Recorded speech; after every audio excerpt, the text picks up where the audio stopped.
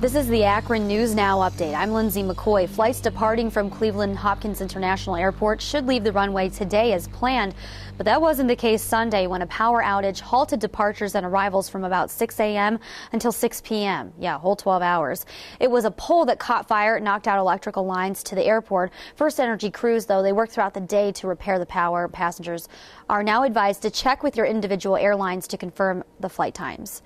And yesterday's power problems at the Cleveland Airport shows how much cooperation goes on between airports. Akron Canton Airport was actually able to step in and help passengers that were stranded at Hopkins. Christy Van Auken, the airport spokesperson, she says that they made a huge investment in building backup generators in the last decade to take care of any power problems they may encounter. Those generators actually would allow them to operate for a day without power.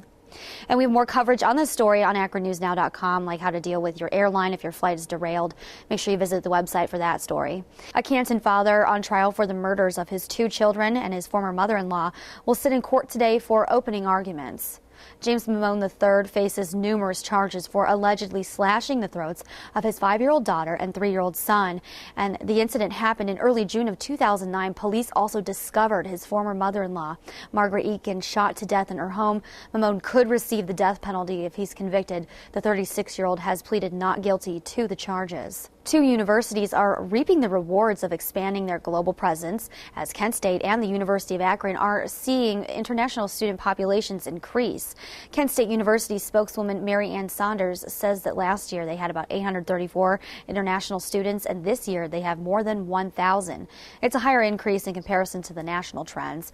At the University of Akron, the numbers are a little different. There's an increase in undergrad students enrollment, but there's a slight decrease in the graduate enrollment. Well, as we take a look at our forecast, we do have an increase of snow flurries in the Akron area. We'll see 1 to 2 inches throughout the day today. A high of 22 degrees. Another inch is likely maybe for your drive home or later tonight if you hit the gym.